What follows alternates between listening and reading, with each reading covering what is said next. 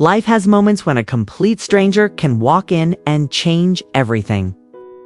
This is the story of Thomas Reed, a man in his early 60s living in a small town in Maine, USA.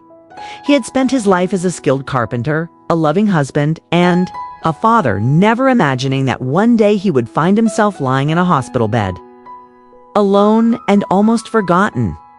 In his youth, Thomas was strong and confident, believing that hard work alone could bring happiness to his family. But over the years, life's hardships created a growing distance between him and his children.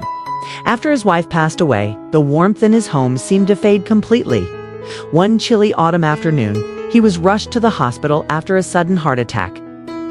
Days turned into weeks, and Thomas spent most of his time staring out the small hospital window, watching golden leaves fall, his heart heavy with loneliness. His son and daughter would visit briefly, always rushing off because of work. Then, on a gray, rainy morning, when the world outside seemed to be wrapped in silence, a woman stepped into his room. She wasn't a nurse, nor a relative.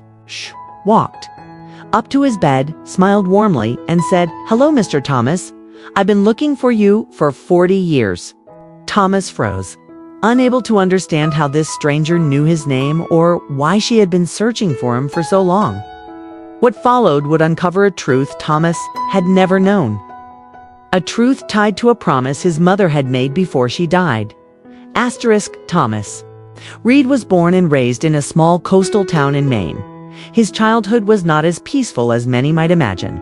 His father died when Thomas was only 8, leaving his mother Margaret to raise him alone amid mounting hardships.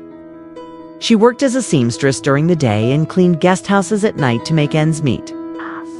As a boy, Thomas silently promised himself that one day when he grew up, he would repay her for everything she had done.